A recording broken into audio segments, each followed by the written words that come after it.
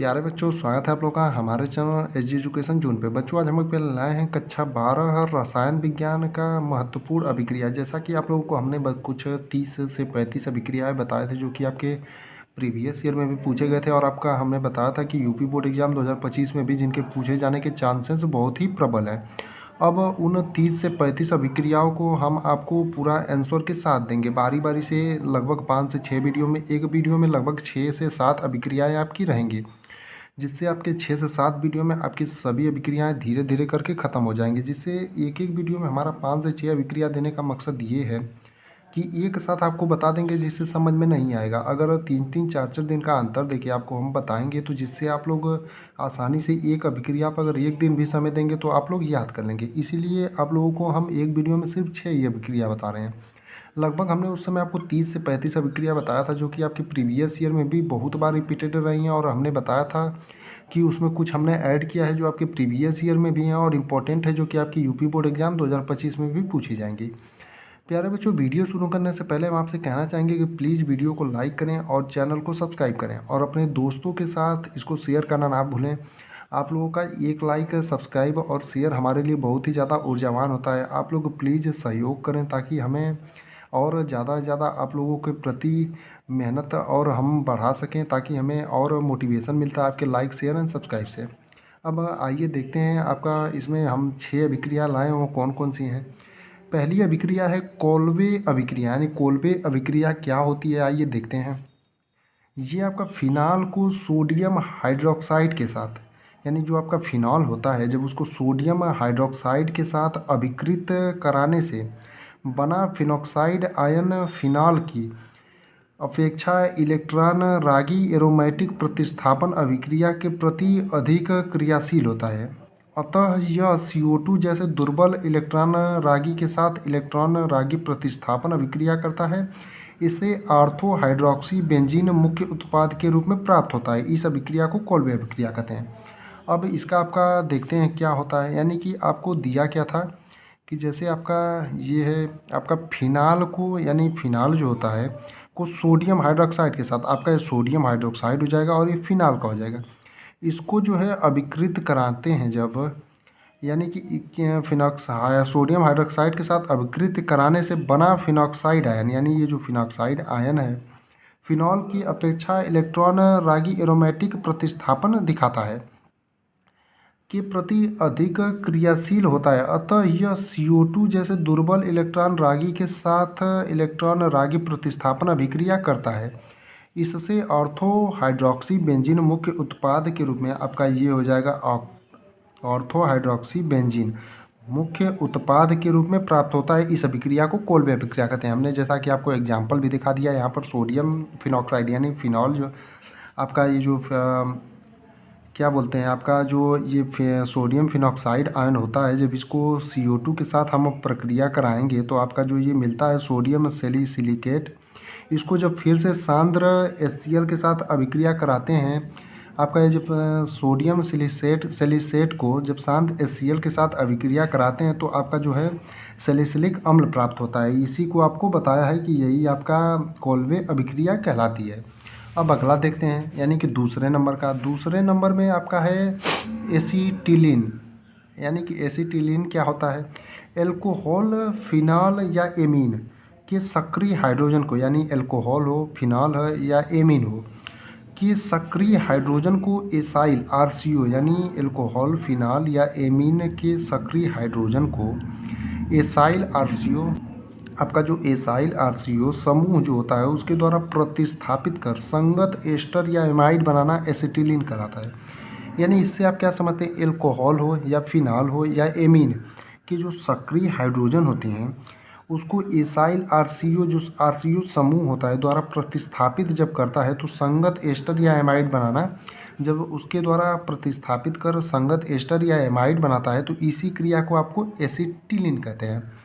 यह अभिक्रिया acid chloride या किसी अम्ल एनहाइड्राइड की उपस्थिति में होती है। यानी जो आपकी यह अभिक्रिया है एसिटिलीन, ये एसिड क्लोराइड के उपस्थिति में या किसी अम्ल एनहाइड्राइड की उपस्थिति में होती है। इनके अनुपस्थिति में ये अभिक्रिया नहीं हो सकती है।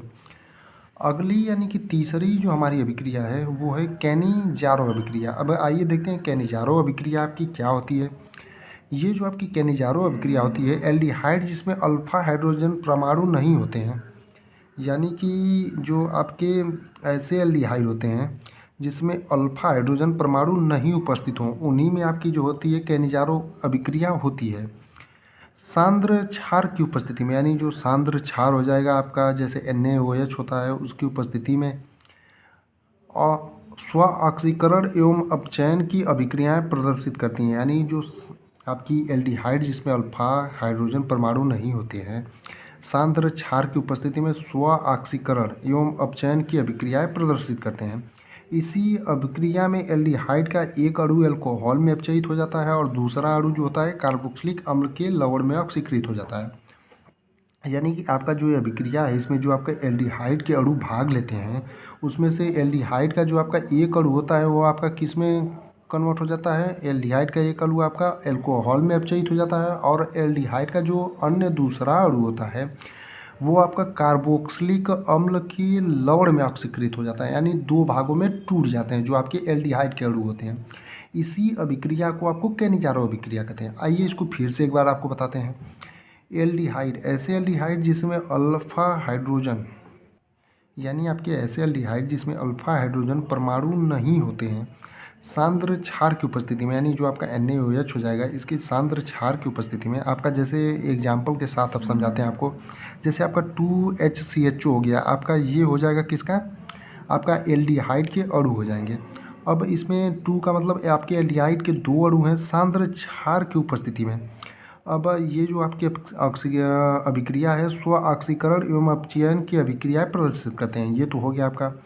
अब इस अभिक्रिया में एल्डिहाइड का एक अणु आप यहाँ पर देख सकते हैं कि एल्कोहल में अपचयित हो जाता है। यानी कि एल्डिहाइड का एक अणु जो है एल्कोहल के रूप में अपचयित हो गया और दूसरा अणु जो है कार्बोक्सिलिक अम्ल के लवण में ऑक्सीकृत हो जाती है और दूसरा अणु जो है आपका कार्बोक्सिलिक अम्ल के लवण के रूप में अपचयित हो गया। ये आपका एक उदाहरण हो गया। अब दूसरे उदाहरण में देखिए इसी प्रकार आपका ये एल्डिहाइड के अणु हैं और आपका ये सांद्र NaOH यानी कि आपका ये सोडियम हाइड्रॉक्साइड है। इसमें आपका देखिए अब ये जो अपचयित होता है, पहला अणु जो है आपका किस में, आपका अल्कोहल में अपचयित होता है और दूसरा अणु जो है वो किस में, कार्बोक्सिलिक अम्ल में अपचयित हो जाता है। यानी कि एक अणु जो है अल्कोहल में अपचयित होता है और दूसरा ऑक्सीकृत हो जाता है किसमें, कार्बोक्सिलिक अम्ल। इसी प्रकार तीसरा एग्जाम्पल भी है। और इसमें आप नोट करके ये भी लिख लीजिएगा कि जो यह अभिक्रिया उन सभी यौगिकों में संभव है, यानी यह जो अभिक्रिया है उन सभी यौगिकों में संभव है जिसमें अल्फा हाइड्रोजन परमाणु नहीं होता है। यानी कि ये जो अभिक्रिया है उन्हीं सभी यौगिकों में संभव है जिसमें अल्फा हाइड्रोजन परमाणु नहीं उपस्थित होते हैं। अब चौथी जो हमारी अभिक्रिया है वो है क्रॉस एल्डोल संघनन। यानी कि क्रॉस एल्डोल संघनन क्या होता है, आइए देखते हैं अब इसको। जो आपका क्रॉस एल्डोल संघनन होता है जब दो भिन्न भिन्न यानी दो अलग अलग प्रकार के एल्डिहाइड या कीटोन, यानी जब दो भिन्न भिन्न एल्डिहाइड या कीटोन के मध्य एल्डोल संघनन होता है। यानी एल्डोल संघनन एक अलग अभिक्रिया होती है, उसी का पार्ट होता है क्रॉस एल्डोल संघनन। अभी हमने आपको एल्डोल संघनन नहीं बताया इसलिए ये शायद गलती से हमने लिख दिया, लेकिन इसका सिर्फ हम आपको डेफिनेशन बता दे रहे हैं, इसलिए एग्जाम्पल आपको नहीं बताएंगे। पहले आपको एल्डोल संघनन अभिक्रिया बताएंगे तो क्रॉस एल्डोल संघनन अभिक्रिया आपको आसानी से समझ में आएगी। इसलिए हम सिर्फ इसका आपको कैसे होती है ये बता देते हैं, क्योंकि ये गलती से आ गया है। तो यो इसको आप लोग जब हम एल्डोल संघनन को बता देंगे तो इसको आप लोग हम बताए रहेंगे पहले से ही, तो आप लोग इसको तुरंत अपने आप समझ जाएंगे एक बार पढ़ेंगे तो। जब दो भिन्न भिन्न एल्डिहाइड या कीटोन के मध्य एल्डोल संघनन होता है तो उसे क्रॉस एल्डोल संघनन कहते हैं। यदि प्रत्येक में अल्फा हाइड्रोजन हो तो ये 4 उत्पादों का मिश्रण देते हैं। यानी कि जो आपका क्रॉस एल्डोल संघनन होता क्या है, ये है कि जब दो भिन्न भिन्न एल्डिहाइड या कीटोन, यानी कि जब दो भिन्न भिन्न एल्डिहाइड या कीटोन के मध्य एल्डोल संघनन होता है तो इसी को आपका क्रॉस एल्डोल संघनन कहते हैं। यदि प्रत्येक जो होता है एल्डिहाइड या कीटोन हो, अगर उसमें अल्फा हाइड्रोजन हो तो ये 4 उत्पादों के मिश्रण में 4 उत्पादों का मिश्रण देते हैं। अब इसका हम एग्जाम्पल आपको नहीं बता रहे हैं क्योंकि हमने आपको पहले भी बताया कि अगर आपको हम एल्डोल संघनन नहीं बताएंगे तो क्रॉस एल्डोल संघनन उतने अच्छे से नहीं समझ में आएगा। इसलिए हम सिर्फ यही बता दे रहे हैं इसका कि ये होती कैसे अभिक्रिया, ये बता दिया है। अब हम आपको जब एल्डोल संघनन बताएंगे उसी समय इसको एक बार फिर से आपको बताएंगे, इसलिए आप लोग इसे ध्यान से बस लिख लीजिएगा और एक बार पढ़ लीजिएगा ताकि हम एल्डोल संघनन आपको बताएं तो उस समय ये भी समझ में आ जाए। अब अगला यानी कि पांचवा है वुटज अभिक्रिया। यानी वुटज अभिक्रिया क्या होती है, इससे आप क्या समझते हैं ये आपको आइए बताते हैं। ये वह अभिक्रिया जिसमें हेलो एल्केन, यानी वह अभिक्रिया जिसमें हेलो एल्केन के दो अणु सोडियम धातु के साथ, यानी हेलो एल्केन का पहला अणु आपका हो गया, दूसरा अणु हो गया, और सोडियम धातु के साथ, हेलो एल्केन के आपके पहले और दूसरे अणु हो गए सोडियम धातु के साथ शुष्क ईथर की उपस्थिति में, आपका ये शुष्क ईथर हो गया, इसकी उपस्थिति में क्रिया करता है तो सम्मित एल्केन प्राप्त होते हैं। यानी कि क्रिया करने के बाद आपका ये सम्मित एल्केन प्राप्त हो गया। इसी अभिक्रिया को आपको वुटज अभिक्रिया कहते हैं। यानी कि आप ये एक एग्जाम्पल इसका याद कर लेंगे और इतना याद कर लेंगे तो आपके बोर्ड एग्जाम में, यूपी बोर्ड एग्जाम में पूछा जाएगा तो आप लोग इसे आसानी से कर लेंगे। इसलिए आप लोगों से रिक्वेस्ट कर रहे हैं कि जितनी भी अभिक्रिया हम यहाँ से आपको कराएंगे उसे आप लोग एक जगह नोट डाउन करते चलिएगा, क्योंकि आपका अगर हमसे समझ में आए तो हमसे लिखिए, नहीं तो आपको अपने टीचर जो भी पढ़ाते हैं या यूट्यूब से जहाँ से भी आप पढ़ते हैं उनसे करिए। लेकिन आप लोग इसको पूछा जाएगा यही सभी अभिक्रिया, बस पढ़ाने का थोड़ा तरीका हर टीचरों का अलग अलग होता है। कोई भी टीचर ख़राब नहीं पढ़ाता है, सब लोग बढ़िया पढ़ाते हैं। इसलिए आप लोग अगर हमारे पढ़ाने से समझ में आए तो आप लोग यहाँ से लिखिए, नहीं तो दूसरे कोई पढ़ाए तो वहाँ से आप लोग इसे नोट डाउन करते और अभी से याद करते चलिए। आइए देखते हैं वुटज अभिक्रिया को एक बार फिर से। वह अभिक्रिया जिसमें हेलो एल्केन के दो अणु, आपके हेलो एल्केन के दो अणु हो गए सोडियम धातु के साथ, यानी कि सोडियम धातु के साथ आपका ईथर की उपस्थिति में, शुष्क ईथर की उपस्थिति में क्रिया करता है तो सम्मित एल्केन, यानी सम्मित एल्केन प्राप्त होते हैं। इसी क्रिया अभिक्रिया को वुटज अभिक्रिया कहते हैं। यानी कि आपका वुटज अभिक्रिया अब आप लोग हम उम्मीद करते हैं कि अच्छे से समझ गए होंगे। अब अगली जो अभिक्रिया यानी कि अंतिम इस वीडियो की हमारी जो अभिक्रिया है वो गाटर मान अभिक्रिया है। यानी गाटर मान अभिक्रिया से आप क्या समझते हैं इसको आपको बताना रहेगा। ये आपको पूछेगा कि निम्न अभिक्रियाओं पर संक्षिप्त टिप्पणी कीजिए। आपको 4-5 दिया रहेगा जिसमें से 2 या 3 शायद करने रहते हैं, तो आप लोगों को हम 30 से 35 कराएंगे। आपके लगभग ये 5 या 6 नंबर के क्वेश्चन होते हैं। आप 30 अभिक्रिया को तैयार कर लेंगे तो हमारी गारंटी है आप 6 नंबर के जो 2 या 3 ये क्वेश्चन पूछे जाते हैं इसे आप 100% करके ही आएंगे। अब गाटरमान अभिक्रिया क्या होती है आइए देखते हैं। वह अभिक्रिया जिसमें बेंजीन कार्बन मोनोक्साइड, यानी आपका ये बेंजीन हो गया और ये कार्बन मोनोक्साइड तथा HCl, यानी कार्बन मोनोक्साइड तथा HCl का ये मिश्रण हो गया आपका, के साथ निर्जल एल्युमिनियम क्लोराइड, यानी आपका निर्जल एल्युमिनियम क्लोराइड हो गया।